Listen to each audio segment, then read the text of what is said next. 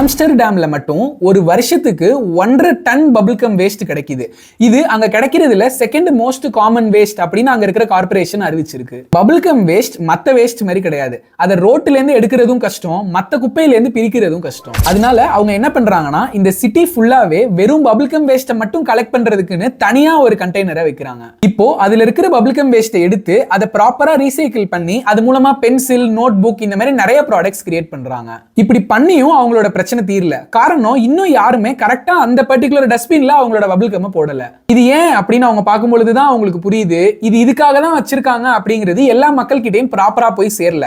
அது ஏன் அப்படின்னு பாத்தீங்கன்னா சிவிங்கம் அதிகமா யூஸ் பண்றது யங்ஸ்டர்ஸ். ஆனா நீங்க பென்சில், நோட் புக் கிரியேட் பண்றது மூலமா அந்த யங்ஸ்டர்ஸை போய் ரீச் பண்ண முடியாது. சோ இவங்க என்ன பண்றாங்கன்னா அந்த வேஸ்ட் பபிள் கம் வச்சு ஷூஸ் பண்ண ஆரம்பிக்கிறாங்க. கிட்டத்தட்ட 1 kg பபிள் கம் வச்சு 4 pairs ஆஃப் ஷூஸ் கிரியேட் பண்றாங்க.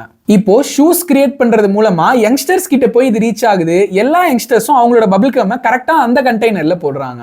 இப்போ அந்த சிட்டில இருந்த பபிள் கம் ப்ராப்ளமும் சார்ட் ஆயிருச்சு, இவங்களுக்கு தேவைப்படுற ரா மெட்டீரியலும் கிடைச்சிருச்சு. என்னைக்குமே எந்த ப்ராடக்ட்டை எந்த set of age peoples use பண்றாங்க அப்படிங்கறத கரெக்டா கால்குலேட் பண்ணீங்கன்னா தான் உங்களோட ப்ராடக்ட் கரெக்டா ரீச் ஆகும்.